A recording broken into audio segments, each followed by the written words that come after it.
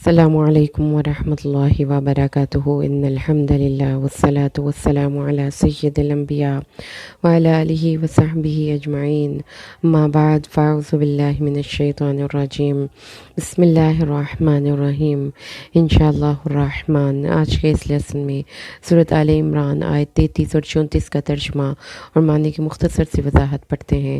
ان اللہ اصطفیٰ، بے شک اللہ نے اصطفیٰ پسند کر لیا آدم کو، ونوحًا اور نوح کو، وآل ابراہیم اور ابراہیم کی آل کو، وآل عمران اور عمران کی آل کو، علی العالمین سارے جہان پر، ذریتاً وہ اولاد ہیں، بعضها من بعض کی، واللہ اور اللہ سمیع علیم سننے والا علم رکھنے والا ہے۔ بے شک اللہ نے چن لیا آدم اور نوح، آل ابراہیم اور آل عمران کو تمام جہانوں پر۔ اللہ تبارک اصطفیٰ کا جو روٹ ہے وہ ہے صاد فا واو یا صاد فا اور یا۔ اس کا مطلب ہے کہ کوئی چیز بہت خاص اور خالص ہونا، پاک صاف ستھری ہونا، یہیں سے ورڈ نکلا ہے صاف مصفہ۔ اصل مصفہ قرآن پاک میں جیسا کہ جنت کی شہد کا ذکر ہے کہ وہ صاف ستھری شہد ہوگی، اسی طریقے سے یہاں سے یہ ورڈ نکلا ہے مصطفیٰ، یعنی ہمارے نبی اکرم صلی اللہ علیہ وسلم، یعنی ان کو کس لیے منتخب کیا گیا؟ ان کی صاف صفائی اور ستھرائی کی وجہ سے کہ ان کے اعمال کے، ان کے عقائد میں کسی قسم کی کوئی آمیزش نہیں تھی شرک کی۔ اللہ نے ان کو چن لیا، کن کو؟ آدم کو، حضرت نوح کو، آل ابراہیم کو اور آل عمران کو۔ حضرت آدم کا جو لفظ ہے، اس کا جو مادہ ہے وہ الف دال میم ادما، اس کے معنی ہے مل جل کر رہنے کی صلاحیت، مخلوط ہونا، ادام کسی خاندان کا ایسا مثالی فرد جس کی وجہ سے اس کے سارے کنبے اور قبیلے کو پہچانا جائے۔ تو حضرت آدم علیہ السلام کا جو ایک واقعہ یا مقام ہے وہ اللہ تعالیٰ نے بتا دیا کہ اللہ تبارک و تعالیٰ نے شروع سے جب انسان کو بنایا تو اس کی جبلت میں انسان کے اندر مل جل کر رہنے کی صلاحیت رکھی۔ حضرت آدم علیہ السلام اللہ تبارک و تعالیٰ کے سب سے پہلے انسان ہیں اس دنیا کے۔ اللہ تبارک و تعالیٰ نے حضرت آدم کو چن لیا۔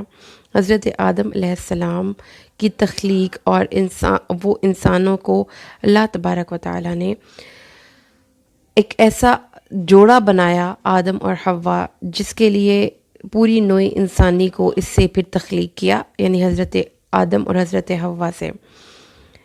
حضرت آدم کو انسان کی تمام کائنات کی چیزوں کا علم عطا کیا گیا۔ اللہ تبارک و تعالیٰ نے حضرت آدم کے اندر بالکلیہ ان تمام علوم و فنون کو داخل کر دیا جو کہ قیامت کے دن تک اس دنیا میں پڑھے یا پڑھائے جائیں گے۔ اس انسان کے اندر اللہ تبارک و تعالیٰ نے حضرت آدم کو اپنی روح عطا کی اور اپنی روح خداوندی سے ڈال کر آپ کو صاحب اختیار اور صاحب ارادہ بنایا۔ حضرت آدم علیہ السلام اللہ تبارک و تعالیٰ نے فرشتوں سے کہا کہ وہ سجدہ کریں۔ مطلب یہ ہے اس میں کہ وہ علم جو انسان کے پاس ہے اس کے اندر اتنی ایبیلٹی اس علم کی بنیاد پر اللہ نے رکھی ہے کہ وہ فطرت کی قوتوں کو، سرکش قوتوں کو اپنے سامنے جھکا سکتا ہے۔ اور اس کو تمثیلی پیرائے میں ایسے کہا گیا کہ فرشتوں نے آدم کو سجدہ کیا، یعنی آپ اس کو میٹافوریکل بھی لے سکتے ہیں اس بات کو کہ جو علم آپ کے پاس تھا حضرت آدم علیہ السلام کے پاس، اس علم کو اللہ نے اتنا بابرکت اور اتنا طاقتور بنایا کہ اس علم کی بنیاد پر اللہ تبارک و تعالیٰ نے یہ فیصلہ کیا کہ آدم اور اس کی اولاد دنیا میں سب سے زیادہ طاقتور ہوں گے علم کی بنیاد پر، اور جب اس علم پر وہ عمل کرے گا تو قوتیں، دنیا کی قوتیں اس کے سامنے قابل تسخیر ہو جائیں گی۔ حضرت آدم علیہ السلام قرآن پاک میں اس کے لیے احادیث میں بھی آتا ہے کہ جب بنی نوع آدم حضرت اپنے روز محشر حساب کتاب شروع کروانے کے لیے مختلف انبیاء کرام کے پاس جائے گی تو حضرت آدم علیہ السلام کے پاس بھی جائے گی، تو وہ پھر کہے گا کہ اللہ نے آپ کو اپنے ہاتھ سے پیدا کیا ماں اور باپ کے بغیر پیدا کیا، علم عطا کیا، فرشتوں نے آپ کو سجدہ کیا، آپ سید ولدی آدم سب سے پہلے انسان ہیں، آپ اس دنیا میں سب سے پہلے آدم، اور آپ کو اللہ تبارک و تعالیٰ نے اپنے کلمات سے نوازا۔ تو یہ ہے اللہ کی حضرت آدم علیہ السلام کو چن لینا، جو کہ حضرت آدم علیہ السلام اللہ تبارک و تعالیٰ کے ایک بہت ہی زیادہ برگزیدہ انسان تھے۔ حضرت نوح علیہ السلام بھی حضرت آدم کی اولاد میں سے ہیں، اور اللہ تبارک و تعالیٰ نے حضرت نوح کو بحیثیت ایک انسان مصفہ کیا، صاف ستھرا کیا، اور پھر ان کو اپنے مشن کے لیے، اپنے کام کے لیے منتخب کیا۔ آپ علیہ السلام، حضرت نوح علیہ السلام کے بارے میں قرآن پاک نے بڑا واضح سٹانس دیا ہے کہ آپ سب سے پہلے وہ نبی تھے جو لوگوں کو توحید کی دعوت دینے والے تھے۔ قرآن کریم میں اللہ کا ارشاد ہے، اللہ نے دنیا کی ہر قوم، ہر ملک، ہر قریہ، ہر جگہ رسول بھیجے۔ بعض کا خصوصیت سے ذکر ہے، حضرت نوح علیہ السلام کے صبر اور اولو العزم رسول ہونے کا قرآن پاک میں خصوصیت سے ذکر ہے۔ اللہ تعالیٰ نے فرمایا ہے، اِنَّا أَوْحَيْنَا إِلَيْكَ كَمَا أَوْحَيْنَا إِلَىٰ نُوحٍ وَالنَّبِيِّينَ مِن بَعْدِهِ وَأَوْحَيْنَا إِلَىٰ إِبْرَاهِيمَ وَإِسْمَاعِيلَ وَإِسْحَاقَ وَيَعْقُوبَ وَالْأَسْبَاطِ وَعِيسَىٰ وَأَيُّوبَ وَيُونُسَ وَهَارُونَ وَسُلَيْمَانَ وَآتَيْنَا دَاوُودَ زَبُورًا۔ یہ اللہ نے حضرت نوح، حضرت ابراہیم، حضرت اسحاق، حضرت یعقوب، حضرت عیسیٰ، حضرت ایوب، حضرت یونس، حضرت ہارون، حضرت سلیمان علیہ السلام سب کا بائی نیم ذکر کیا، اور فرمایا کہ یہ انبیاء کرام اللہ تبارک و تعالیٰ کی طرف سے دنیا کو اللہ کی طرف بلانے کے لیے ایک ان کی ڈیوٹی لگ گئی تھی۔ حضرت نوح علیہ السلام نے اپنی قوم کے لوگوں کو اللہ کے راستے کی طرف بلایا، اور اللہ تبارک و تعالیٰ نے فرمایا کہ حضرت نوح علیہ السلام ثم قفینا علی آثارہم برسلنا وقفینا بعیسی ابن مریم وآتیناہ الانجیل۔ اللہ نے فرمایا پھر ہم نے ان تمام نبیوں کے پے در پے پیغمبر بھیجے۔ حضرت نوح علیہ السلام نبیوں میں سب سے پہلے نبی ہیں جو توحید کی دعوت دینے کے لیے دنیا میں آئے۔ حضرت نوح کے بعد باقی تمام انبیاء کرام حضرت نوح کے بعد تشریف لائے۔ بنی اسرائیل کی قوم حضرت نوح کی ذریت میں سے تھی، اولاد میں سے تھی۔ ان کا زمانہ حضرت نوح علیہ السلام نے اپنی قوم کو دن اور رات بلایا۔ حضرت نوح اپنے عزم اور ارادے میں بہت پختہ تھے۔ آپ نے بار بار اپنی قوم کے لوگوں کو اللہ کے احکامات کی طرف رہنمائی دی، اور اللہ تعالیٰ نے قرآن پاک میں فرمایا ہے کہ حضرت نوح علیہ السلام نے اپنی قوم کو 950 سال اللہ کے راستے کی طرف تبلیغ کی اور اللہ کے راستے کی طرف بلایا۔ وَلَقَدْ أَرْسَلْنَا نُوحًا إِلَىٰ قَوْمِهِ وَقَالَ يَا قَوْمِ اعْبُدُوا اللَّهَ مَا لَكُم مِّنْ إِلَٰهٍ غَيْرُهُ۔ اے قوم، اللہ کے راستے کی طرف آؤ، تمہارے لیے اللہ کے علاوہ کوئی اور الہ نہیں ہے۔ اگر اللہ تبارک و تعالیٰ چاہے تو تمہیں ہلاک کر دے۔ اللہ تعالیٰ نے حضرت نوح علیہ السلام کو ایک بڑا اولو العزم پیغمبر قرار دیا۔ پھر اللہ تبارک و تعالیٰ نے آل مطلب آپ اس کو انگلش والا آل بھی کر سکتے ہیں، یعنی اس میں اولاد بھی آ جاتی ہے، اس میں والدین بھی آ جاتے ہیں، ذریت۔ تو حضرت ابراہیم اور حضرت عمران، ان دونوں کو اپنی آل اولاد سمیت اللہ نے منتخب کیا۔ حضرت ابراہیم علیہ السلام کا قرآن پاک میں ایک بہت واضح مقام اور مرتبہ ہے۔ حضرت ابراہیم علیہ السلام حضرت جد الانبیاء ہیں، موروث اعلیٰ ہیں۔ آپ علیہ السلام کو اللہ تبارک و تعالیٰ نے ایز اے سمبل پیش کیا کہ آپ کو اللہ نے ہر مقام پر یہ ایک بہت ہی زیادہ وائز، بہت ویژنری، بہت میچور انسان پایا۔ آپ نے ہر آزمائش کے موقع پر اپنی پختگی سیرت کا مظاہرہ کیا۔ اللہ نے اسی لیے ان کو بنی نوع انسان کی امامت کا حقدار ٹھہرایا۔ انہوں نے فرمایا، اللہ تعالیٰ نے فرمایا قرآن پاک میں وَإِذِ ابْتَلَىٰ إِبْرَاهِيمَ رَبُّهُ بِكَلِمَاتٍ فَأَتَمَّهُنَّ۔ اللہ تبارک و تعالیٰ نے حضرت ابراہیم کو جب آزمائش کی تو وہ ہر کام کے لیے بڑی ہمت اور استقلال کے ساتھ کھڑے ہو گئے، اور اس بات پر زمین و آسمان شاہد ہیں کہ جو شخص بھی اللہ کے راستے پر اسی ہمت اور استقلال کے ساتھ کھڑا ہو جائے، اللہ تبارک و تعالیٰ اس کے مقام کو بلند کر دیتے ہیں۔ حضرت ابراہیم علیہ السلام کے کوائف حیات کہ اللہ تبارک و تعالیٰ نے ان کو جب بھی آزمایا، انہوں نے پورے استقلال کے ساتھ اللہ کا حکم مانا۔ تو قال انی جاعلک للناس اماما، اللہ نے فرمایا میں بنانے والا ہوں تمہیں لوگوں کے لیے امام۔ قال ومن ذریتی، انہوں نے کہا یا اللہ یہ امامت کیا میری سب اولاد کے لیے ہے؟ اللہ نے فرمایا قال لا ینال عہد الظالمین، نہیں، یہ لیڈرشپ، یہ امامت، یہ ہر انسان کے لیے نہیں ہے، یہ اس کے لیے ہے جو کہ اپنے عمل سے اپنے آپ کو اس امامت کے لیے ثابت کرے گا اور کوالیفائی کرے گا اور اہل قرار دے گا۔ اللہ تعالیٰ نے قرآن پاک میں فرمایا ابراہیم علیہ السلام ایک ہائیلی ویژنری شخص تھے۔ کتنے ویژنری شخص تھے کہ اللہ تبارک و تعالیٰ کے حکم کے ساتھ انہوں نے اپنی اولاد کو ایک ایسی بے آب و گیا ایک ایسی وادی میں جا کر جا بسایا جس وادی میں کوئی پانی نہیں ہے، کوئی بارش نہیں ہے، کوئی کچھ نہیں ہے، لیکن انہوں نے ان کو وہاں پر کس لیے بسایا؟ کیونکہ وہ واحد وہ شخص تھے جو اس وقت جب چاروں طرف دنیا میں ظلمات کی تاریکیاں تھیں، ہر طرف لوگ اللہ تبارک و تعالیٰ کے احکامات کی اور اللہ تبارک و تعالیٰ کی حضرت کے احکامات پر عمل نہیں کر رہے تھے، بت پرستی اور شرک کر رہے تھے، تو آپ واحد اللہ کی توحید لے کر کھڑے ہو گئے۔ آل ابراہیم کو اللہ نے بلند مقامات کے لیے منتخب کیا۔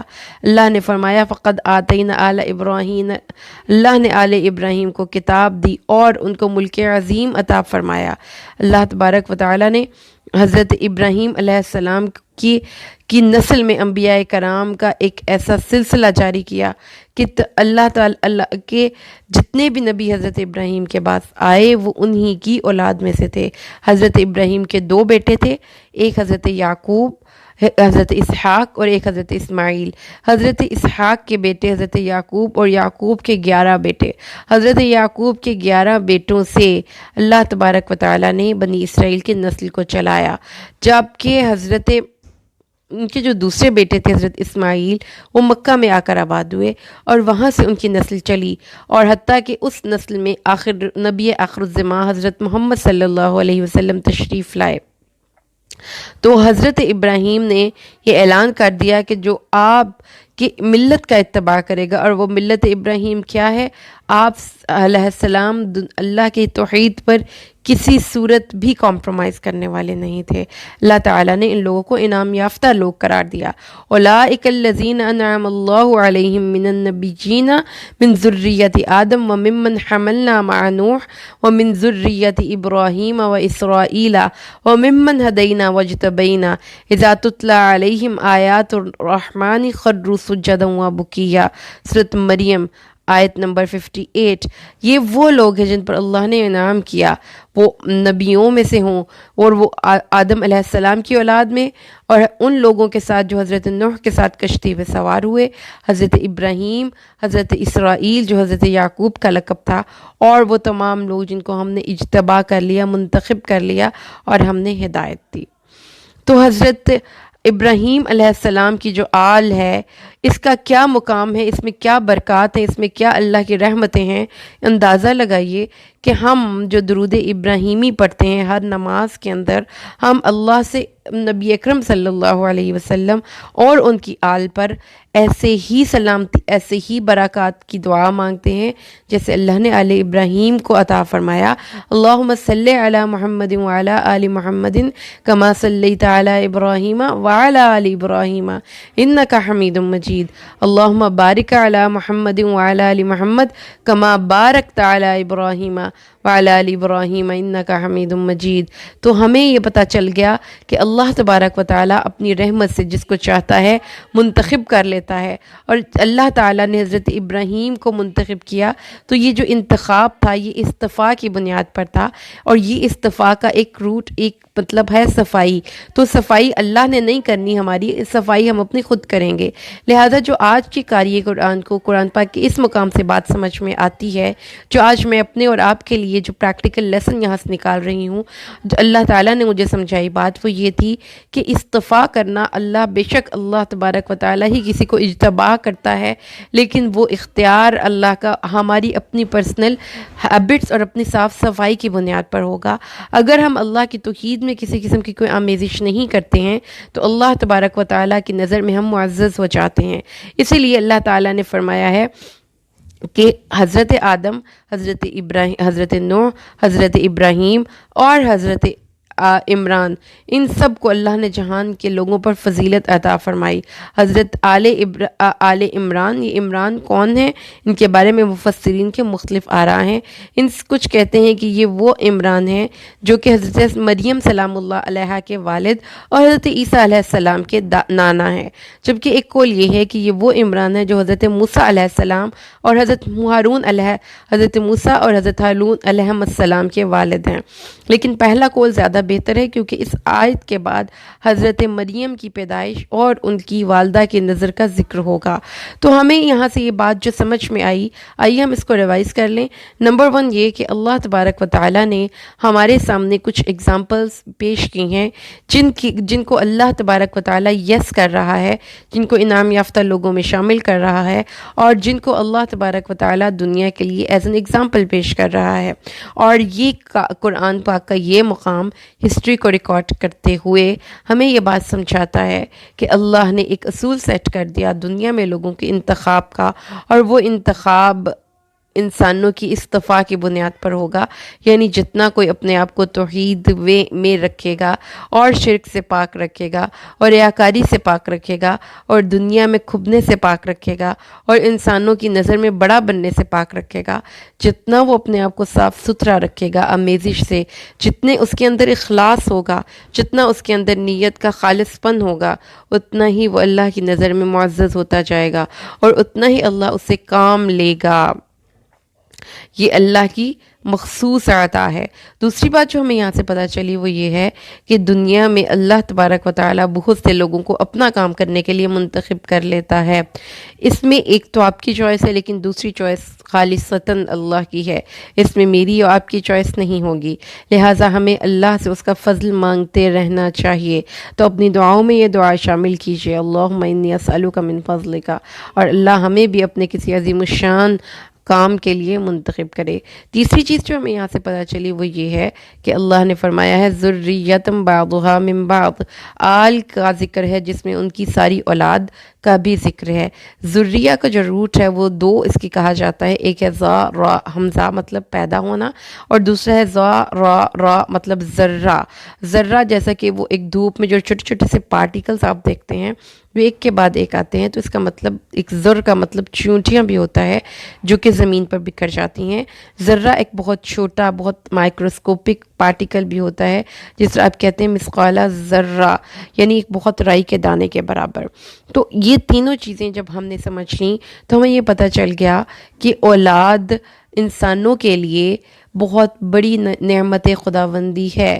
جو صاحب اولاد ہیں ان کو اپنی اولاد کو دین کے راستے پر لانے کے لیے کوشش کرنی چاہیے، اس لیے کہ ایک اولاد اپنے پیرنٹس کی ایکسٹینشن ہوتی ہے، یعنی جو ایکسٹینشن وائر ہم لگا لیتے ہیں نا، ایکسٹینشن وائر لگا کر ہم ایک جگہ سے ایک چیز کو دوسری جگہ تک پہنچا دیتے ہیں۔